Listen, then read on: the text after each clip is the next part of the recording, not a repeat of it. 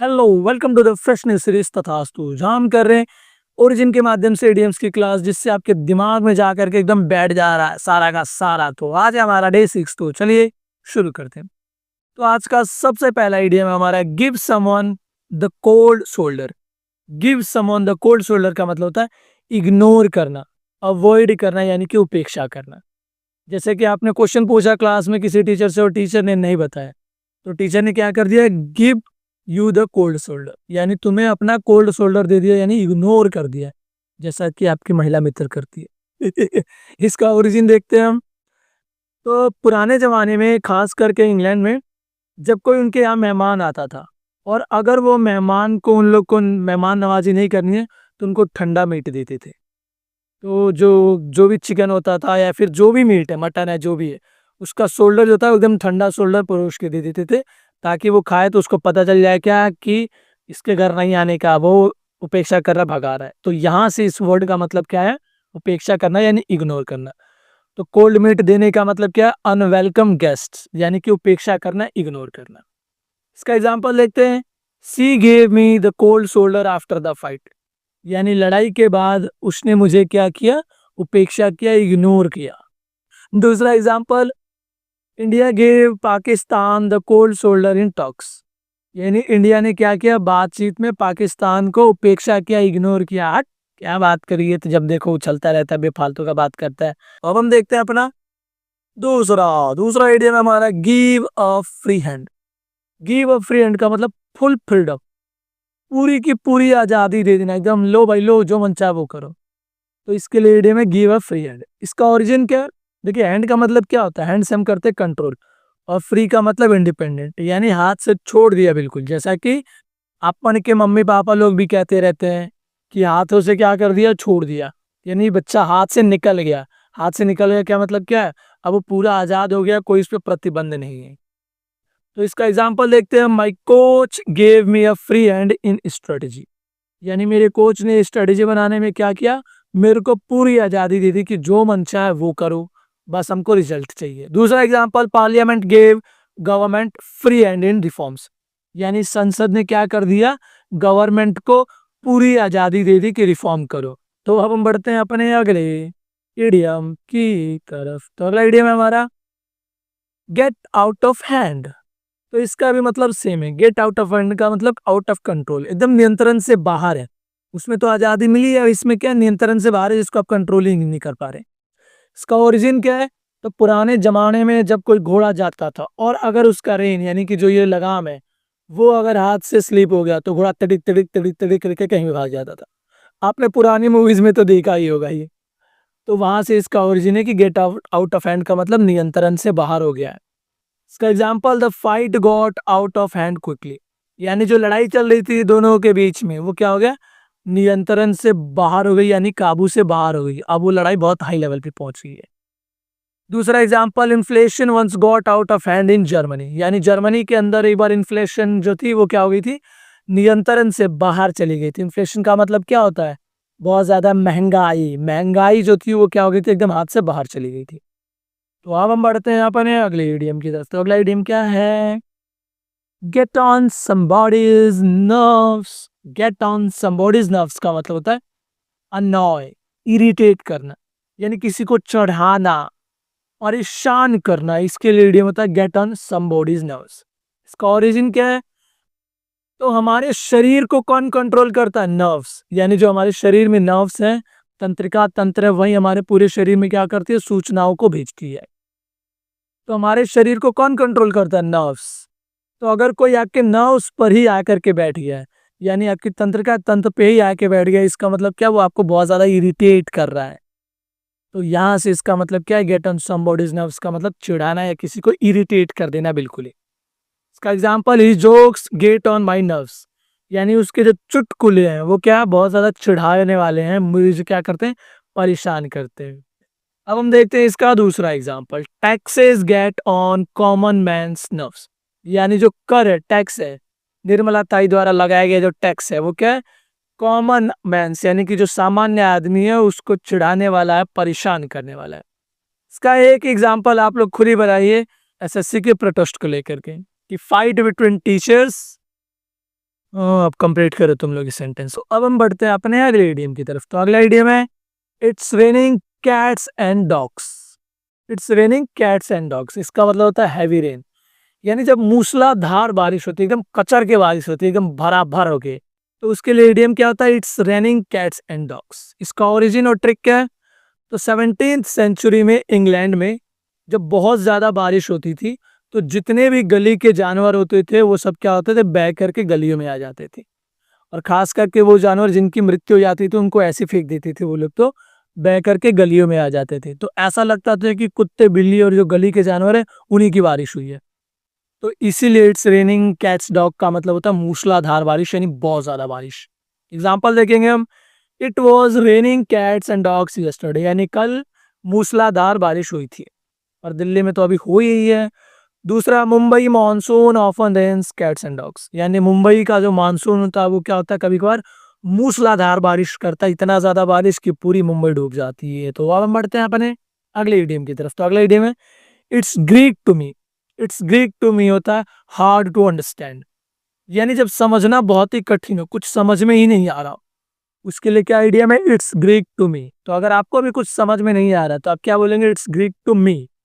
कमेंटवा में कर देंगे, जो जो नहीं समझ आया हम उसको दूसरे स्टाइल से बताएंगे, एकदम दिमाग में जाके घुस जाएगा।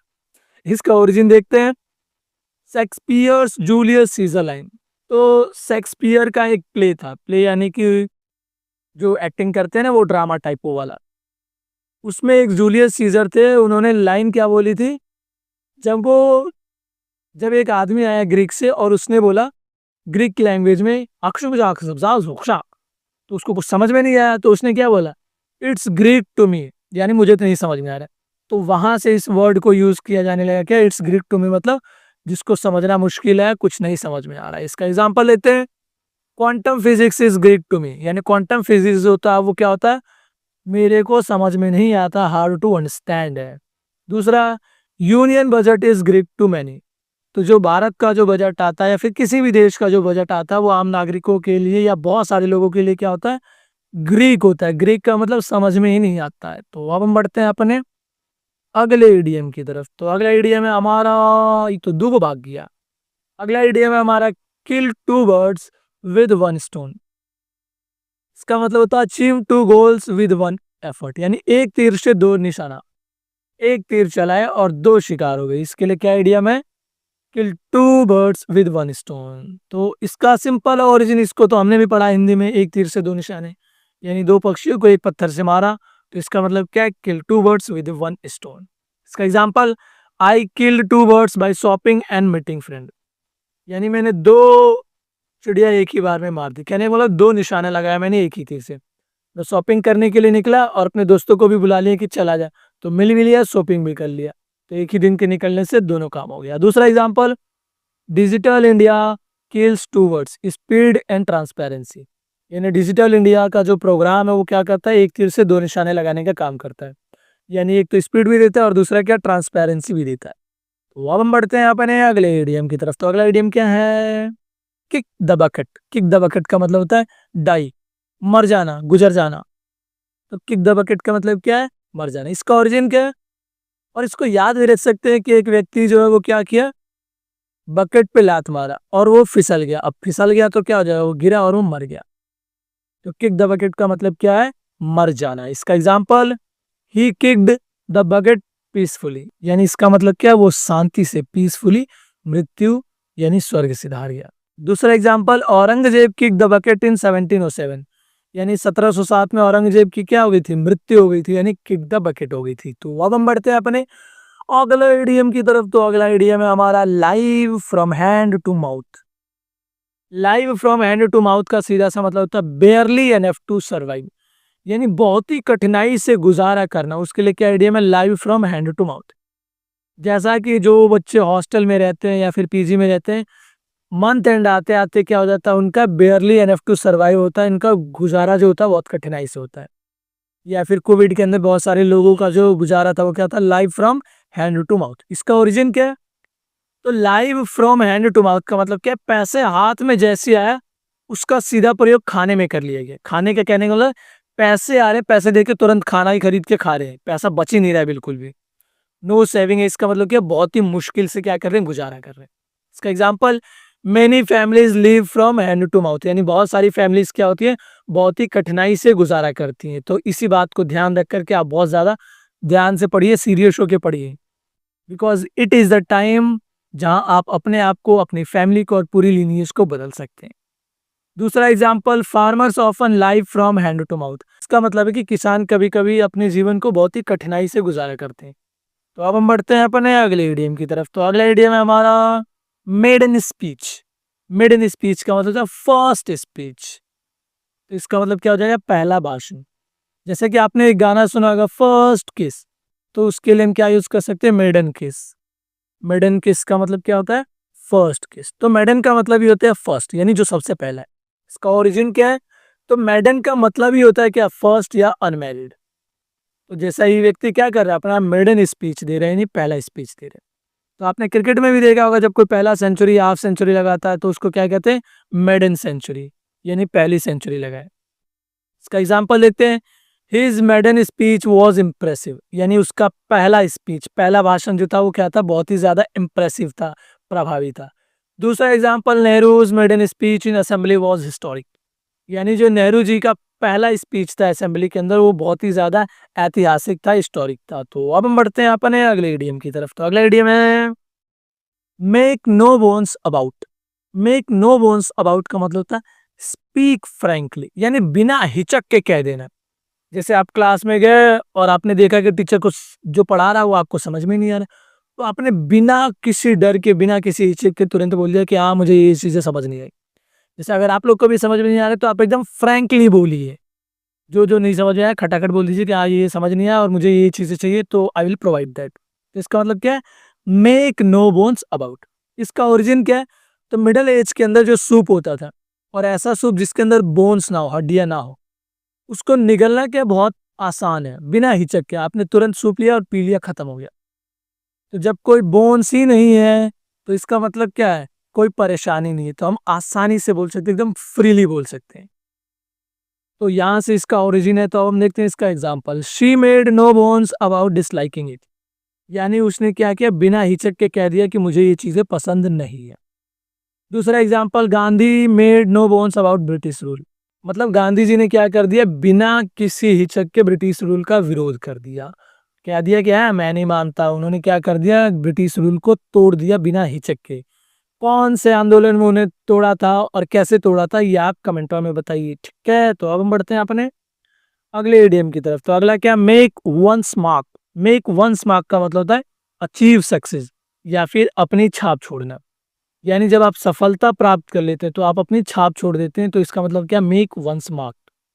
इसका ओरिजिन क्या है, तो मिडिवल एजेस में जब साइन जो होता था, जब कोई भी शिकारी या कोई भी इंसान वहां रहता था तो वहां क्या करते थे, सिंबल बना देते थे, अपना चिन्ह बना देते थे। तो वो क्या, अपनी छाप छोड़ दिए, अचीव सक्सेस हो गया, यानी सक्सेस अचीव कर ली। इसका एग्जांपल देखते हैं, सी made her mark in business, यानी उसने बिजनेस में क्या कर दिया, अपनी छाप छोड़ दी, सफलता प्राप्त कर ली। Like Virat Kohli also made his mark in cricket. अब हम देखते हैं दूसरा example, doctor APJ Abdul Kalam made his mark in science, यानी डॉक्टर एपीजे अब्दुल कलाम ने क्या कर लिया, साइंस में अपनी छाप छोड़ के गए। तो अब हम बढ़ते हैं अपने अगले ईडीएम की तरफ। तो अगला ईडीएम है हमारा nip in the bud. Nip in the bud का मतलब था स्टॉप इट अर्ली स्टेज, यानी शुरुआती समय में किसी को रोक देना। जैसा कि बहुत सारे घर वाले लोग, बहुत सारे पेरेंट जो होते हैं क्या करते हैं, शुरुआती सालों में ही कुछ महिलाओं के, कुछ बच्चियों के एजुकेशन को रोक देते हैं, चाहे जो भी प्रॉब्लम हो। तो इसका मतलब क्या है, निप इन द बर्ड हो गया, यानी कि शुरुआती में ही रोक दी। इसका ओरिजिन देखते हैं हम। तो गार्डनिंग में टर्म होता है, ये जो बर्ड होता है, यानी जो फ्लावर होता है ना शुरू में एकदम छोटा छोटा, उसको हम कहते हैं बर्ड, यानी कि कली। और निप का मतलब क्या होता है, काटना।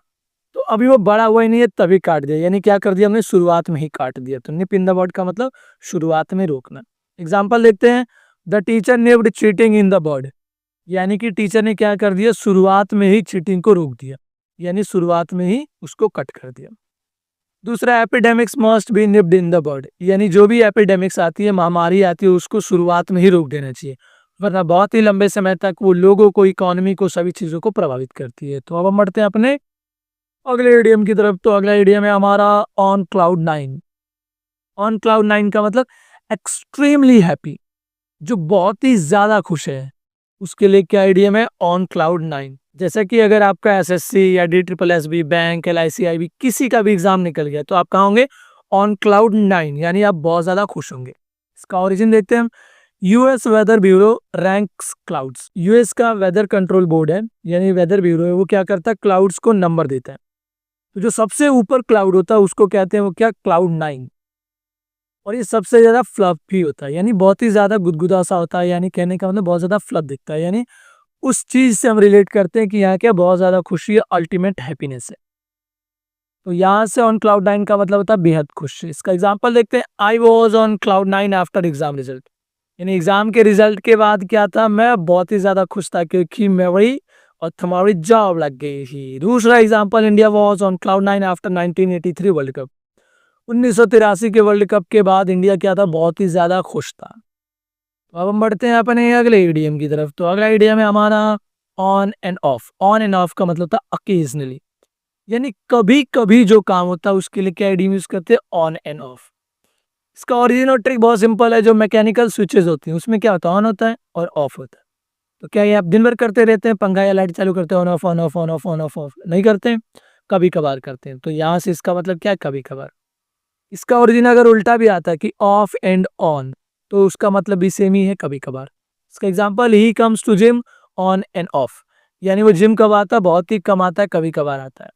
दूसरा, इंडिया पाक talks happen on and off, यानी कि इंडिया और पाकिस्तान के बीच में जो बातचीत होती है कभी कभी होती है। तो अब हम बढ़ते हैं अपने अगले इडियम की तरफ। तो अगला इडियम है हमारा out of the question. Out of the question का मतलब होता है इम्पॉसिबल, जो असंभव है उसके लिए क्या इडियम है, आउट ऑफ द क्वेश्चन। इसका ओरिजिन और ट्रिक देखते हैं।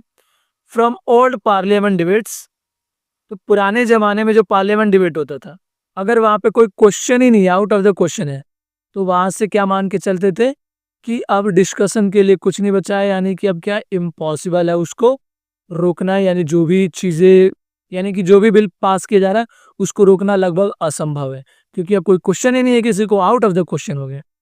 तो आउट ऑफ द क्वेश्चन का मतलब क्या होता है, असंभव। इसका example, party plan is out of the question, यानी पार्टी का जो प्लान है वो क्या असंभव है, कोई कुछ बता ही नहीं रहा है, कोई क्वेश्चन ही नहीं है, असंभव है। दूसरा, nuclear deal was out of the question then, यानी न्यूक्लियर डील उस समय जो था वो क्या था, असंभव था। तो अब हम बढ़ते हैं अपने अगला इडियम की तरफ। तो अगला इडियम हमारा read between the lines. Read between the lines का मतलब तो पता होगा, मतलब गुप्त अर्थ समझना, हिडन मीनिंग समझना, उसको हम कहते हैं रीड बिटवीन द लाइंस। जैसा कि मैंने अगर बोला कि इस पीडीएफ और वीडियोस को बनाने में आई वर्क वेरी हार्ड, सो आप लोग को समझना है, तो आप क्या कर रहे हैं, गुप्त अर्थ समझ रहे हैं, हिडन मीनिंग समझ रहे हैं कि मैं क्या कहना चाहता हूँ। जरूरी नहीं है, it's all depend on you. Just read, study करो, पढ़ाई करो और लाइफ में ग्रो करो, बस मैं जी। ओरिजिन देखते हैं हम। 19th सेंचुरी में सीक्रेट मैसेज को लाइंस के बीच में लिखा जाता था, वो भी उस पेन से जिस पेन से लाइट जलाने पर दिखता था। तो लोग जो भी मैसेज ले जाएगा वो तो लाइन वाला पढ़ लेगा, उसके बीच का सिर्फ वही पढ़ेगा जब या तो केमिकल लगाएगा या फिर कुछ लाइट या टॉर्च जला के देखेगा। तो यहाँ से इसका ओरिजिन क्या है, गुप्त अर्थ समझना। Example, read between the lines of her email, यानी उसका ईमेल जो आया है उसके गुप्त अर्थ को समझिए, खाली लाइन को ऊपर ऊपर से मत पढ़िए।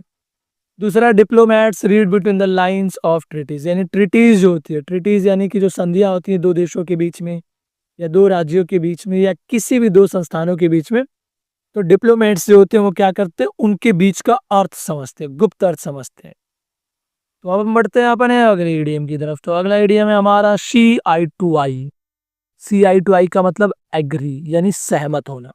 इसका ओरिजिन क्या है, तो बाइबल में एक वर्स है 52:8, वो क्या कहता है, दे शैल सी आई टू आई, यानी उनको क्या है, आंखों से आंखों में देखना चाहिए। इसका मतलब क्या है, पूरी तरीके से सहमत हो गया, हाँ I am ready, you are also ready to clear this exam, कहीं भी कुछ भी सोचने लगते हो। तो सी आई टू आई का मतलब क्या होता है, सहमत होना। इसका example, we see eye to eye on this plan, यानी इस प्लान पर हम सभी क्या है, सहमत हैं, एग्री हैं कि मैं जो लाने वाला हूँ क्या, most important 100 OWS, one word substitute. तो क्या आप लोग इस पर सहमत हैं, तो आप कमेंट में कीजिए सी आई टू आई। दूसरा example, allies show eye to eye during world war 2, तो जितने भी मित्र थे, मित्र राष्ट्र थे, उन्होंने क्या किया था, वर्ल्ड वॉर 2 में सहमति जताई थी, एक साथ थे। तो अब हम बढ़ते हैं अपने अगले इडियम की तरफ। तो अगला इडियम है हमारा see the light of day. See the light of day का मतलब कम इनटू एग्जिस्टेंस, यानी प्रकट होना, पहली बार दुनिया में आना, ये कुछ चीज हो जाना पहली बार। तो उसके लिए क्या इडियम है, see the light of the day.